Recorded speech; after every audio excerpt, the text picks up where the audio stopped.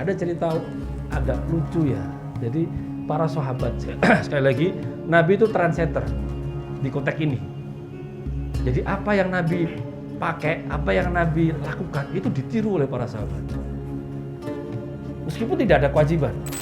Nah, orang-orang ahlu kitab, orang Nasrani Yahudi itu sukanya menguraikan rambutnya ke belakang. Nah, Nabi itu terkadang meniru ahlu kitab. Dalam riwayatnya Ibnu Abbas dikatakan Nabi itu terkadang meniru perilaku ahlu kitab yang tidak bertentangan dengan agama. Selanjutnya wa kana yusdilu ra'sahu tsumma faraqahu. Nah, sekarang gaya rambut. Nah, Nabi juga agak ketinggalan gaya rambut.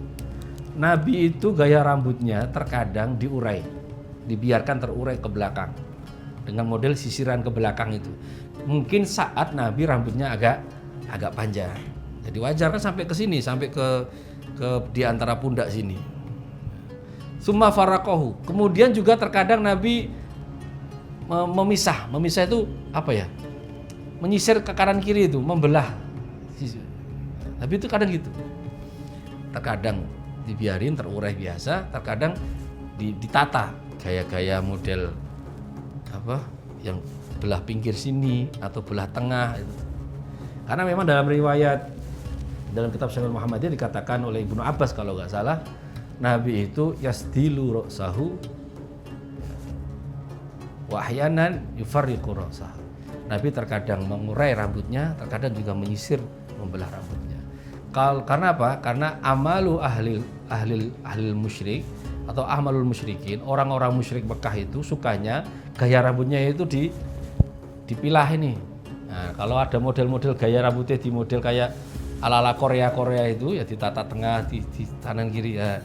Itu perilaku gaya rambutnya orang-orang musyrik Mekah itu. Nah, orang-orang ahlu kitab, orang Nasrani Yahudi itu sukanya menguraikan rambutnya ke belakang. Nah, Nabi itu terkadang meniru ahlu kitab. Dalam riwayatnya Ibnu Abbas dikatakan Nabi itu terkadang meniru perilaku ahlu kitab yang tidak bertentangan dengan agama. Jadi hanya soal kultur saja biasa. Satu nanti yang menjadi contoh Nabi meniru orang-orang ahli kitab itu adalah soal Nabi membuat cincin yang jadi stempel Nabi yang tertulis di situ, tulisannya adalah Muhammad Rasulullah itu loh. Itu kan niru itu ceritanya. Pasca Hudaybiyah, Nabi itu membuat surat diplomasi ke beberapa kekuasaan di sekitar Madinah, di antaranya sampai ke negara-negara Bizantium, Romawi Timur, Persia dan seterusnya, ke negara-negara sekitar kerajaan-kerajaan sekitar Madinah itu. Ada beberapa yang suratnya ditolak. Utusan Nabi pulang dan menceritakan kepada kami ditolak utusan. Nah, kenapa? Karena tidak ada stempelnya. Nabi belum tahu sistem diplomatik politik saat itu seperti apa. Nah, terus gimana cara? Buat stempel, buat. Nah, stempel itu kemudian sering dipakai Nabi untuk jadi cincin, ditaruh di jari apa ini? Jari kelingking. Nah, taruh sini. Ditulis di situ Muhammad Rasulullah. Bahannya dari perak. Allah Rasul Muhammad. Mohon maaf itu kemudian menjadi ini yang agak saya kurang serak juga ya, menjadi simbol benderanya ISIS itu ya. Itu nggak cocok. Waduh, jadi image-nya jadi kurang baik itu. Yang ada Allah Rasul Muhammad lingkaran itu. Nah, itu ketika ada surat Nabi itu cincin dilepas jadi yang stempel dipakai lagi. Itu ceritanya Nabi punya khotam, punya cincin itu. Itu niru perilaku administrasi politik atau diplomasi politik saat itu di kawasan sekitar Jazirah Arab dan sekitarnya. Wa kana yurajjiluhu wa yusarrihu lihyatahu. Nabi itu suka menyisir dan juga menata jenggotnya, disisir ke belakang bawah. Ini ada 3 alat yang mungkin sering dibawa oleh Nabi. Pertama itu sisir, kedua siwak, ketiga minyak. Itu Nabi, 3 itu. Hampir tidak bisa terlepas dari Nabi. Sisir, nah orang sekarang kalau rambutnya cepat-cepat ya nggak usah pakai sisir, ngapain. Tapi kalau siwak itu Nabi pasti bawa. Bahkan dalam riwayat dikatakan laula an asyqa ala ummati lamartuhum bisiwak. Andai kan saya itu tidak mau memberatkan, nggak merasa memberatkan sama umatku, saya mau wajibkan siwak. Saya nggak bisa bayangkan orang setiap hari bawa siwak, karena siwak itu wajib dibawa, kalau nggak wajib dosa. Ada sih kok wajib kan, kalau nggak bawa dosa itu. Saya bisa akhirnya mudah orang sekarang kalau adegan ini diwajibkan Nabi, sekarang gampang untuk menunjukkan bahwa ini dia itu muslim atau tidak, dicek aja dia bawa siwak kalau enggak itu. Itu sampai ada 3 alat yang Nabi tidak bisa, yang jarang Nabi tinggalkan dalam dirinya. Siwak, sisir, dan minyak wangi. Minyak wangi sudah pasti. Wa yaktahilu bil itsmit. Kemudian beliau celaan, dan ini celaan. Kulla lailah fi kulli ainin thalatha atraf inda naum. Setiap malam dalam setiap mata itu 3 kali ketika mau tidur. Saya kira ini mungkin surah yang mungkin ada yang ngamalin enggak ya surah ini ya. Pakai celak, bukan ketika untuk mejeng-mejeng keluar itu enggak, pakai celaknya untuk tidur. Jadi celaan 3 kali kanan 3 kali kiri, istirahat setiap hari, setiap malam. Wa kana ahabba thiyab ilaihi al-gamis wal bayat wal hubrah. Dan pakaian yang paling disukai Nabi adalah jenis pakaian gamis. Gamis itu pakaian yang punya kerah, ya, punya lengan kerah itu, yang masuknya dengan cara dimasukkan dari kepala. Kalau sekarang itu gamis ala dulu ya. Kalau sekarang itu gamis itu ya pakaian ini kemeja itu. Kemeja yang memang dipakai sehari-hari. Dan gamisnya Nabi itu atau orang Arab ketika ngomong gamis itu tidak jubah. Tidak hanya jubah. Jadi ada yang ukurannya mungkin di atas lutut, ada di atasnya lagi, ada yang memang seperti jubah di bawah lutut. Itu gamis. Wal bayat, dan pakaian yang putih. Nabi juga menyatakan dalam satu riwayat, dalam satu hadisnya apa itu yang terjemahannya setidaknya adalah bahwa kafanilah jenazahmu mautakum bil bayat. Jadi pakaian karena itu pakaian yang terbaik. Itu maka kenapa kemudian identik ya jenazah itu dikafani dengan kain putih. Bukan berarti kalau pakai batik nggak boleh. Kali-kali itu pakai batik Solo atau batik Kalongan bermotif itu kan kalau jadi pocongnya kan bentuknya bagus itu. Ada estetikanya, masuk putih polosan terus. Atau kalau suka warna pink ya kasih pink gitu kan. Tapi yang paling terbaik ya adalah putih, pakaian putih. Wal hubrah itu adalah wahiya dharbun minal burudi fi humrah. Sejenis pakaian ya yang ada corak motif merah-merahnya. Dalam itu dikatakan ini datang daerah Yaman. Nabi diberikan dapat hadiah dari seseorang yang berwarnanya agak kemerah-merahan. Wa kana kum qamisi Rasulillah ila rusgin. Dan apa ini? Lengan sampai ke kerah tangannya Nabi, gamisnya Nabi itu sampai ke pergelangan tangan. Ya seperti ini nih. Sampai sini. Lengan panjang. Wala bisa fi waqtin hullata hamra. Terkadang Nabi juga memakai pakaian yang coraknya dominan merah. Sekali lagi, Nabi terkadang bukan sering. Kalau sering ikut kampanye kamu nanti.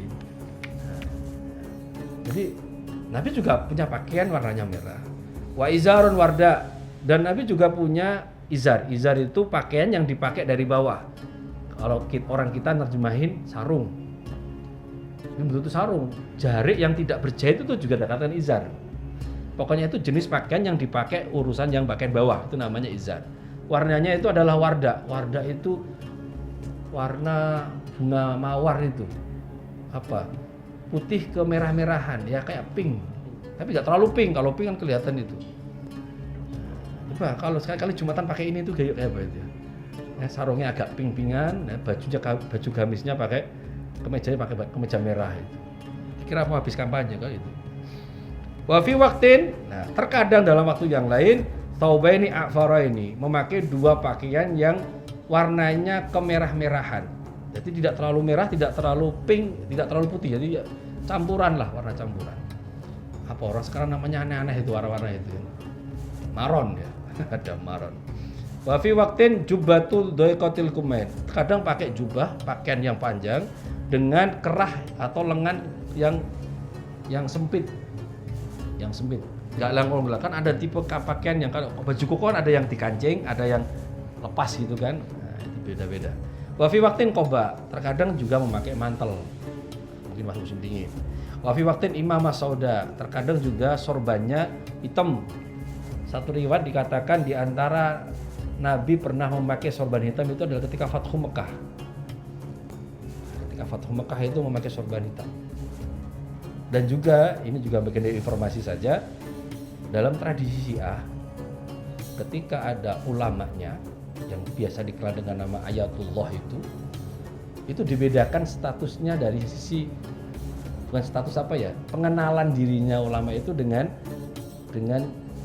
simbol warna sorbannya. Ada Ayatullah, ada ulama besar Syiah, kok sorbannya itu hitam, dia itu adalah min ahli bait, zuriyahnya Rasulullah. Seperti Ali Khomeini yang sekarang menjadi pemimpin tertinggi di Iran itu kan, dia nggak bisa pakai yang putih karena itu menjadi identitas. Jadi kalau ada ulama Syiah memakai yang dipakai sorbannya itu hitam, maka dia zuriyah Rasulullah, dia ahlul bait. Tapi kalau ada ulama masyhur, ulama alim, tokoh Syiah kok sorbannya putih, dia adalah bukan ahlul bait. Itu aja sudah penanda. Bukan berarti kemudian nggak alim. Seperti Ali Rafsanjani pernah jadi salah satu presiden Iran kalau nggak salah, itu kan pakai putih. Jadi itu penanda dalam tradisi Syiah. Kalau di Sunni nggak ada, mau pakai apapun. Bahkan malah Mbah Dahlan itu kila wakola malah sorbannya batik itu kan, kila wakola, tapi saya kurang tahu persisnya. Wa arkha tarafahu baina katifih, dan apa ini, sisa atau apa ya, kalau belakang buntutnya, ekornya itu loh, ekor sorbannya itu ditaruh di antara dua pundak di belakang sini. Dalam riwayat tidak lebih dari 1 dirok panjangnya. Tidak lebih dari 1 dirok, satu sampai ujung ini jari sampai ke siku sini, tidak lebih dari itu. Bahkan dalam riwayat dikatakan kalau lebih dari itu malah makruh, apalagi panjang sampai panjang sekali itu malah makruh. Wa fi waqtin mirton aswad min sya'rin au kisa. Terkadang Nabi juga memakai kain, bukan pakaian. Kain warna hitam, hanya diselimuti gini tak ini. Kalau kita mungkin kayak selendangan atau pakai mantel atau pakai apa, kayak kemulan lah. Kadang nggak pakai pakaian yang dijahit. Walai balabisal khatam wal khuf wan na'al. Nabi juga memakai cincin. Di antara tadi cincin yang dibuat untuk stempel. Nabi juga terkadang kalau nggak ada pakai cincin walau min hadidin, meskipun dari apa, besi itu dipakai oleh Rasulullah. Nah, bagi orang laki-laki memakai cincin itu hanya ditoleransi di dua ini saja. Ini jari kelingking sama jari manis. Jari tengah tidak dianjurkan, bahkan ada yang mengatakan makruh atau haram. Di dua ini toh. Rasul yatakhattam biyamini. Rasul memakai cincin di tangan kanan, di jari kelingking. Tapi dalam riwayat Ja'far dikatakan wa kana al-Hasan wal Husain yatakhattam biyasari. Sayyidina Hasan Husain pakai cincinnya di tangan kiri. Ala kulli hal, mau kanan mau kiri, kalau kita pakai cincin itu bagian dari tradisi meniru Rasulullah SAW. Kalau soal akik beda lagi. Nabi terkadang cincin tidak harus pakai akik. Cincin biasa dari apa? Dari perak biasa atau bahkan dari besi itu bisa dapat. Itu hiasannya kaum laki-laki. Kalau perempuan mah bebas. Mau jari-jari semuanya penuh dengan cincin tidak masalah itu. Kalau perempuan mau dikasih semua ini, semua jari jemari kasih cincin semua, tidak ada larangan. Tapi kalau laki-laki itu yang dibolehkan hanya bagian dari jari manis dan jari kelingking. Wal khuf. Wal khuf, khuf itu muzah. Di online bisa dikaji itu tentang khuf. Itu beda dengan kaos kaki. Khuf itu adalah penutup kaki yang rapat ya, dan terbuat dari kulit. Maka hukumnya ada khusus dalam kajian fikih. Dan itu bukan kaos kaki. Dalam artian kaos kaki yang kita punya yang terbuat dari kain itu bukan itu bukan khuf. Wa na'al, dan memakai sandal. Dan jenis sandal Nabi itu bil qibalaini, ada 2 tali. Biasanya itu kalau ada sebuah simbol ya, simbol seperti tubuh cumi-cumi itu, terompah Rasulullah itu. Ini kalau dalam kalangan ahlul bait habaib itu menjadi simbol, bisa taruh di peci itu kan ada simbol kayak bentuk kayak cumi-cumi gini. Itu terompah Rasulullah, bentuk sandal Nabi. Dan modelnya kibalaini itu dua tali yang mengapit di antara jari jemari kaki. Jadi kayak kalau kita sandal jepit. Ada cerita agak lucu ya. Jadi para sahabat sekali lagi Nabi itu trendsetter di konteks ini. Jadi apa yang Nabi pakai, apa yang Nabi lakukan itu ditiru oleh para sahabat. Meskipun tidak ada kewajiban. Soal sandal orang meniru. Jadi Nabi sandalnya pakai model apa itu? Japit, ada dua tali. Orang semuanya pakai yang gitu. Pernah ada cerita satu saat Sayyidina Utsman pakai sandal yang tidak pakai itu. Jadi pakai satu ikatan, atau kalau kita ya mungkin slop ya. Yang berbeda dengan para sahabat yang lainnya. Nah, para sahabat itu kalau orang Jawa itu ngilok ke. Loh, kamu itu beda dengan Nabi itu gimana? Nabi sandalnya pakai dua ikat tali. Jawabannya Sayyidina Utsman, ya terserah, saya juga pakai sandal dengan caranya saya sendiri. Jadi sekali lagi gambaran tentang sifat fisiknya Nabi itu melihat bahwa kesempurnaan dalam konteks fisik itu tidak mesti kemudian berlebih-lebihan, sewajarnya saja. Bahkan dan itu digambarkan oleh dalam kitab Maulid ya, di Dibak sama di Berjanji juga ada, kemudian gambaran tentang perilaku fisiknya Nabi juga ada dalam Suturon. Karena Rasulullah ahsanan nasi khuluqan wa khalqa. Fisiknya bagus, akhlaknya juga bagus. Dan tetapi sekali lagi kita punya kewajiban untuk meniru akhlaknya. Tidak punya kewajiban untuk meniru fisiknya. Dalam artian sunnah Nabi yang kita teladani itu adalah sunnah-sunnah khuluqiyah, bukan sunnah-sunnah khilqiyah atau khalqiyah fisiknya. Kita nggak harus kemudian yang kalau memang kondisinya sudah terlalu tinggi orangnya tinggi badannya, ya udah pasrah, jangan dipotong tubuhnya. Atau yang terlalu pendek kemudian merasa saya nggak seperti Nabi, nggak ada urusannya. Abdullah bin Mas'ud itu orangnya kan yang kecil juga, tapi dikatakan sebagai orang yang paling cerdas-cerdasnya para sahabat. Saya kira itu gambaran tentang fisik Nabi yang menjadi bagian dari bentuk anugerah Allah diberikan kepada Rasulullah SAW. Assalamualaikum warahmatullahi wabarakatuh.